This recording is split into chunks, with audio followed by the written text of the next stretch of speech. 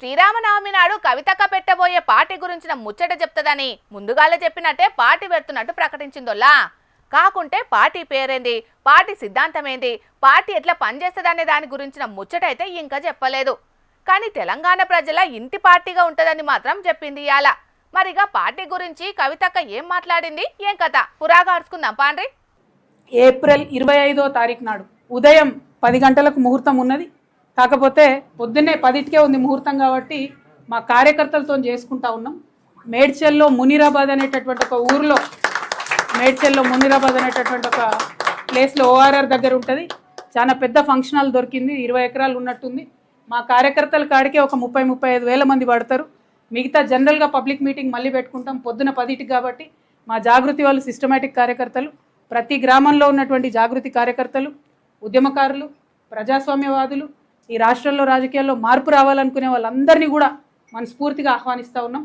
April 25వ తారీఖు, వచ్చే నెల ఏప్రిల్ 25వ తారీఖు నాడు మార్నింగ్ 10 o'clockకి మేము జెండా ఆవిష్కరణ చేసి మా పార్టీ పేరు చెప్తాము. అంటే ఏప్రిల్ 25 తారీఖు నాటికి రాష్ట్రంలో ఇంకో ప్రాంతీయ పార్టీ రాబోతున్నదన్నట్టు. అక్కకు మంచి రోజులు ముహూర్తాలంటే బగ్గ సెంటిమెంట్ ఉంటది కాబట్టి 25 తారీఖు నాడు పార్టీ పేరు, జెండా, ఎజెండా మొత్తం చెప్తారట.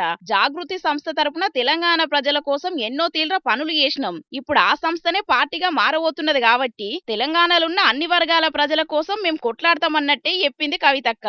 ఇక రాబోయే నెల రోజుల్లో అందరితోని మాట్లాడి అన్ని తీవ్ర సలహాలు తీసుకొని మంచి నిర్ణయాలు తీసుకుంటామని చెప్పింది. నిజామాబాద్ మోతెమట్టి స్ఫూర్తితోని తెలంగాణ రాష్ట్రం సాధించుకున్నాం కాబట్టి అదే స్ఫూర్తితోని తెలంగాణ ప్రజల కోసం పనిచేసే బలమైన శక్తిగా జాగృతి పనిచేస్తుందని చెప్పుకొచ్చిన కవితక్క తెలంగాణలో సర్వోదయం రావాలనే పార్టీ పెడుతున్నాం అన్నది. మరిగా మీరు వేరే పార్టీకి మద్దతుగా పనిచేస్తున్నారట కదా అని అడిగితే, మాది నంబర్ 1 పార్టీ అవుతుంది. మీరు చూడండి, డెఫినెట్గా నంబర్ 1 పార్టీ అవుతుంది. ఎందుకంటే మీరు ఈ టీం చూస్తారు కదా, మనంతా mix, old and young mix ఉంటుంది. అద్భుతమైనటువంటి విమెన్ ఫోర్స్ ఉంటుంది, మాకు యూత్ ఫోర్స్ ఉంటుంది.